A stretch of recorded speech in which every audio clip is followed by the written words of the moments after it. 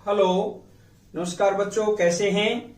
आज इस वीडियो में चर्चा करेंगे अंकित मूल्य के बारे में भी व विक्रय मूल्य के बारे में और बताएंगे डिस्काउंट के बारे में भी। आज हमें बट्टा या छूट के बारे में भी विस्तार से चर्चा करेंगे और ये भी बताएंगे इस वीडियो में कि बट्टा प्रतिशत डिस्काउंट परसेंटेज कैसे निकालते हैं, कैसे सेल लगी होती है और कैसे उस पर छूट दी जाती है, उसके बारे में भी हमें विस्तार से चर्चा करेंगे। अब बच्चों हम चर्चा करेंगे बट्टा या छूट डिस्काउंट क्या होता है, उसके बारे में चर्चा करेंगे। ये आपको दिखाई दे रही है स्पेशल ऑफर। स्पेशल ऑफर है, सेल लगी हुई है। आपने देखा होगा अब सर्दी आने वाली है तो जैसे गर्मियों के कपड़ों की सेल लगा देते हैं, डिस्काउंट कर देते हैं उस पर 50%, 75%, 80%, 20%, 30%।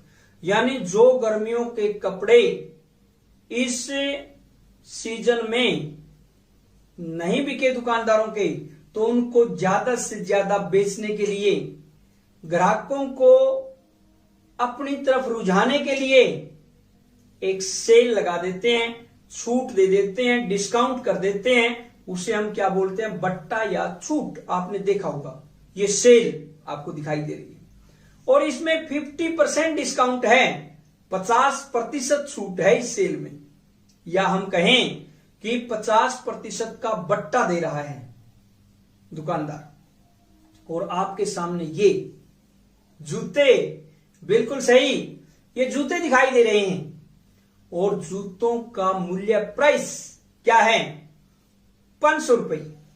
जूतों का मूल्य 500 रुपए, सेल लगी हुई है, डिस्काउंट इस पर है 50% आपको दिखाई दे रहा है, यानी 50% छूट है, या हम कहें 50% बट्टा है। तो जूतों का अंकित मूल्य क्या है।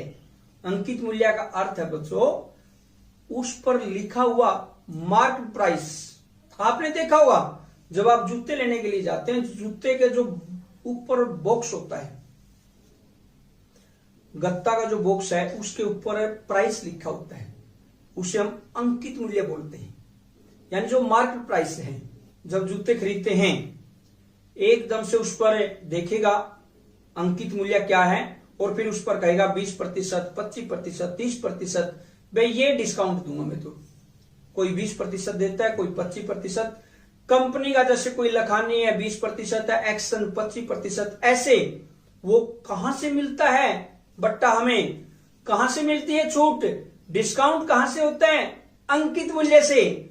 जो मार्केट प्राइस है जो लिखा हुआ है, जैसे इस जूते पर लिखा हुआ है, उस पर हमें छूट मिलेगी। तो इसे जूतों का अंकित मूल्य क्या है, 500 रुपए। तो जूतों का विक्रय मूल्य क्या होगा, एक बार सोचिए। 50% छूट है, बिल्कुल सही, 50 का आधी छूट हो गई, यानी हम कह सकते हैं 250 रुपए। और बट्टा या छूट बराबर किसके होगी, जो अंकित मूल्य है माइनस से विक्रय मूल्य करेंगे।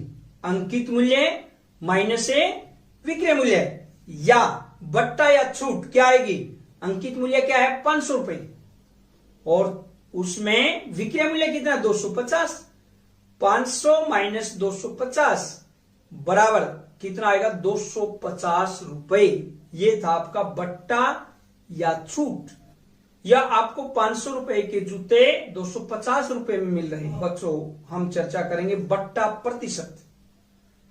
जैसे हमने लाभ के बारे में चर्चा की, फिर लाभ प्रतिशत, हानि के बारे में चर्चा की, फिर हानि प्रतिशत।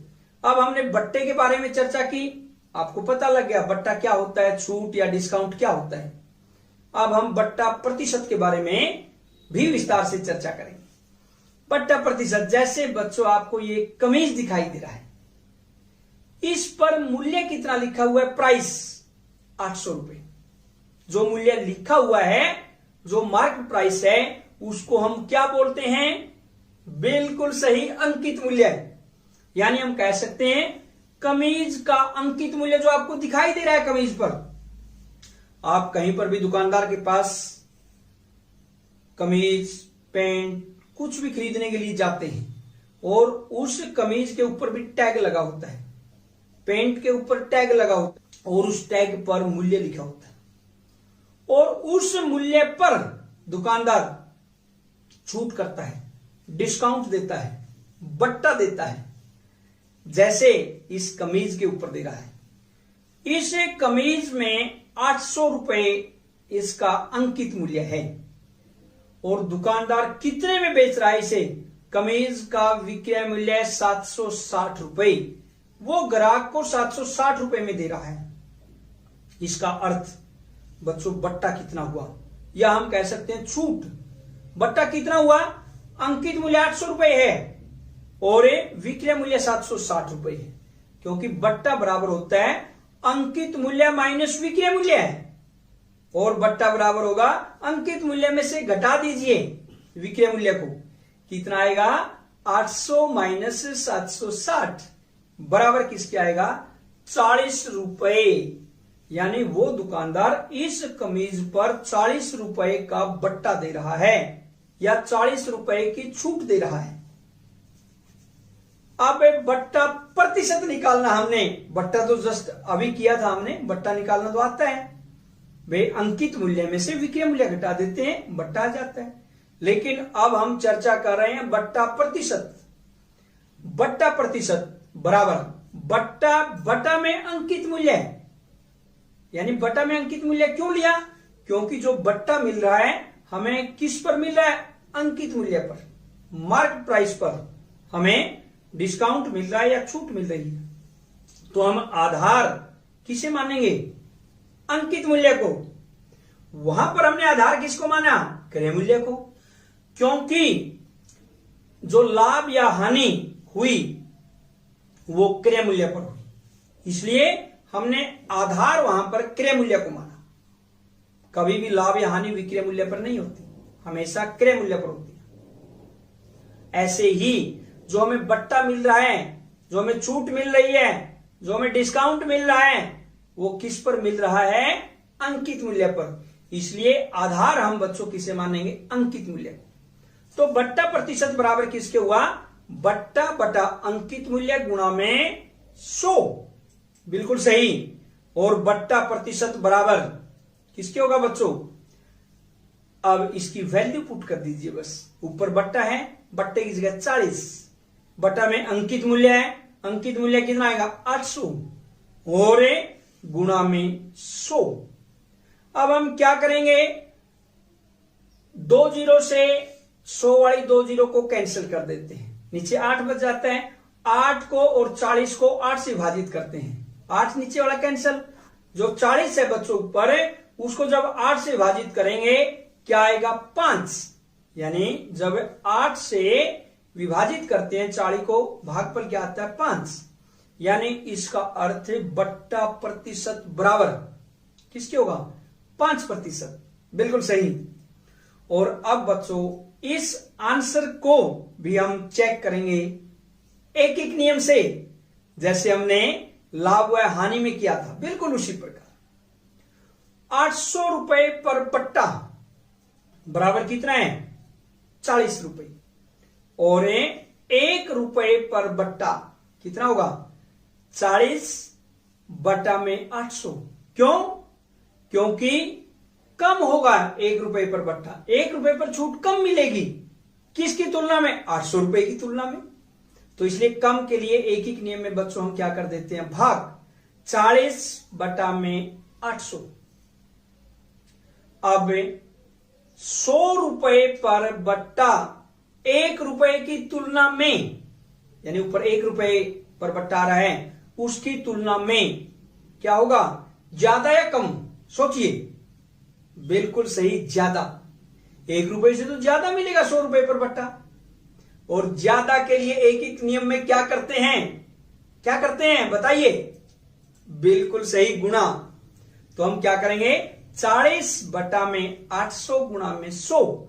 और ऐसे ही 800 की 2 जीरो 100 की 2 जीरो से कैंसिल हो जाती है। नीचे और ऊपर 8 से विभाजित करते हैं, नीचे वाला 8 कैंसिल, ऊपर 40 को जब 8 से विभाजित करेंगे 5, या हम बच्चों कह सकते हैं बट्टा बराबर 5%। हमने एक ही नियम से भी निकाल दिया और सूत्र के माध्यम से भी निकाला कि बट्टा प्रतिशत दोनों में 5% आता है।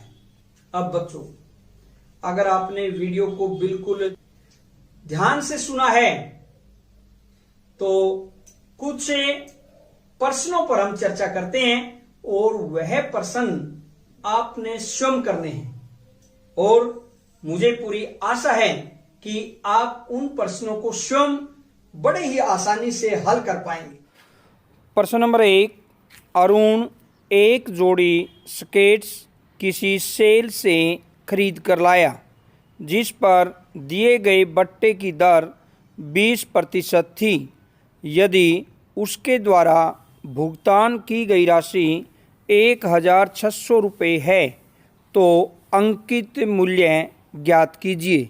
बच्चों, ये प्रश्न नंबर 1 जो आपने स्वयं करना है।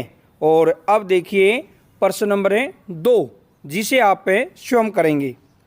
मैंने एक हेयर ड्रायर 8% वैट सहित 5400 रुपये में ख़रीदा। वैट को जोड़ने से पहले का उसका मूल्य ज्ञात कीजिए। ये था प्रश्न नंबर 2। बच्चों, आपने प्रश्न 1 व 2 स्वयं घर से हल करने हैं। जय हिंद, जय भारत।